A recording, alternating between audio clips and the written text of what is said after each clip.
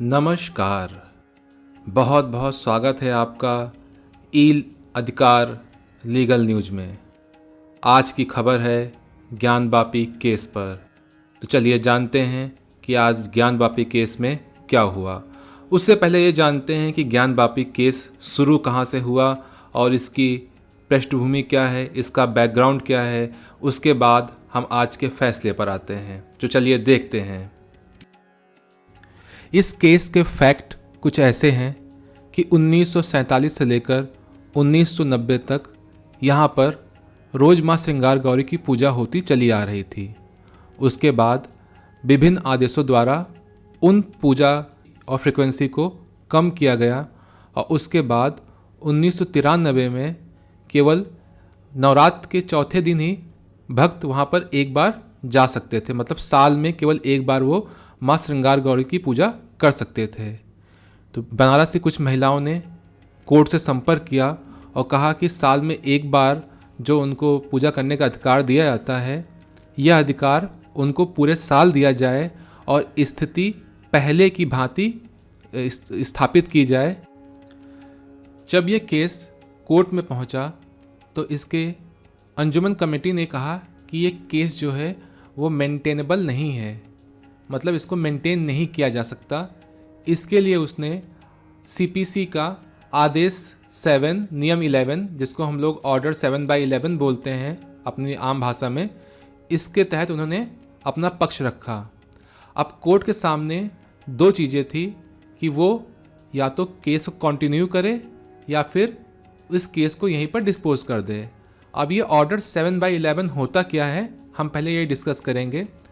Order 7/11 ये होता है कि जब भी कोर्ट के सामने कोई भी केस जाता है तो कोर्ट के सामने दो रास्ते होते हैं, या तो वो केस को सुनेगा या तो उसको सुनने से पहले ही डिस्पोज कर देगा, क्योंकि केस जो है वो मेंटेनेबिलिटी के जो उसके पैमाने होते हैं उस पर खरा नहीं उतरता है।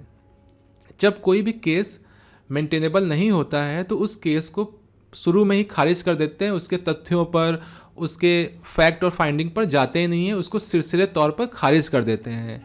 अब काफ़ी लोगों को ये कन्फ्यूजन रहती है कि ये क्या मतलब मेंटेनेबिलिटी क्या होती है, कैसे खारिज होता है।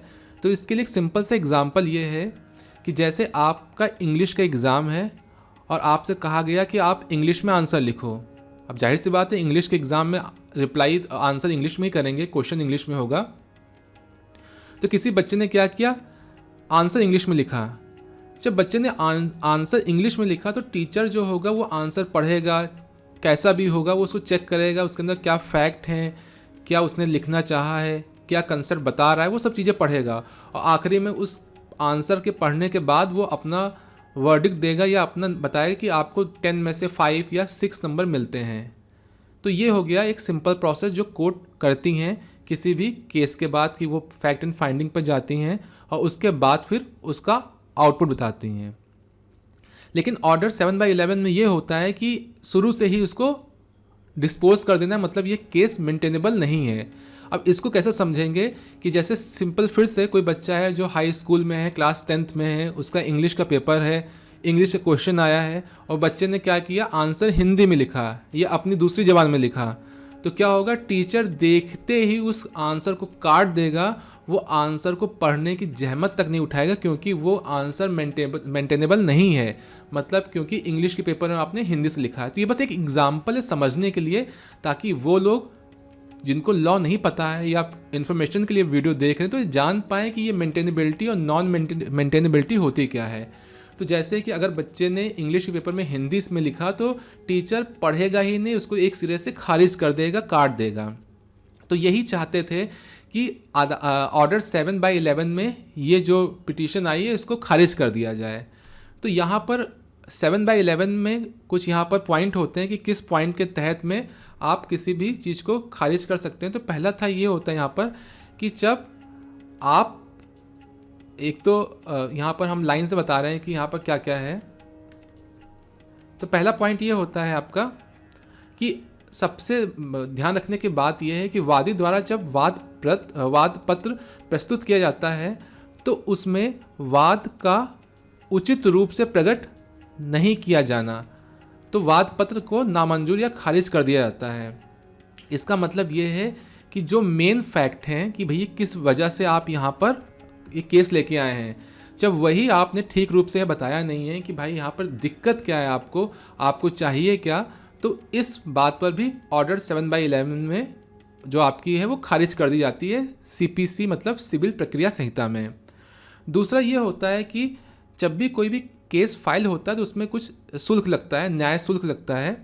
तो अगर वो नहीं दिया गया हो या शुल्क में कमी हो तो उसके बाद कोर्ट आपको टाइम देता है, और अगर आपने उस टाइम में वो चीज़ पूरी नहीं करी तब भी आपका जो वाद होगा, जो केस होगा, उसको डिस्पोज कर दिया जाएगा। इसके बाद थर्ड पॉइंट ये है कि अगर न्यायालय को वाद पत्र में विधि द्वारा उचित नहीं लगता है तो भी ये नामंजूर किया जाता है। और ये पॉइंट थोड़ा ध्यान दीजिएगा, जो थर्ड पॉइंट है इसको मैं मार्कर से अलग कर देता हूँ। आपको जो थर्ड पॉइंट है यही मेन पॉइंट है इस केस का, जहाँ वादी के वाद पत्र प्रस्तुत किया गया हो, अगर न्यायालय को वाद पत्र में विधि द्वारा उचित नहीं लगता है तो वह वाद पत्र को खारिज या नामंजूर या स्वीकार किया जा सकता है। तो इसका मतलब ये है कि अगर न्यायालय को वाद पत्र में विधि द्वारा जो बनाया गया लॉ है उसके अगेंस्ट लगता है, तो यहाँ पर अंजुमन कमेटी इसी पॉइंट पर गई थी कि ये जो 1991 में उपासना का जो एक्ट आया था उसके अगेंस्ट में ये वाद आया है। तो इसी पॉइंट को लेकर कमेटी कोर्ट में पहुंची थी और उसने इस पॉइंट पर लेकर इसको ऑर्डर 7/11 में अपील करी थी कि ये यहीं पर खारिज हो जाए। लेकिन कोर्ट ने पूरा एग्जामिन किया, उसके सारे फैक्ट एंड फाइंडिंग देखे और उसके बाद बताया कि ये जो यहाँ पर 4 पॉइंट हैं, इन चारों पॉइंट में ये आपका नहीं आता है, इसलिए आपका केस जो होगा वो मेंटेन रहेगा और उसके आगे की प्रोसीडिंग चलेंगी। तो आज के इस केस में ये इसका आउटकम निकला।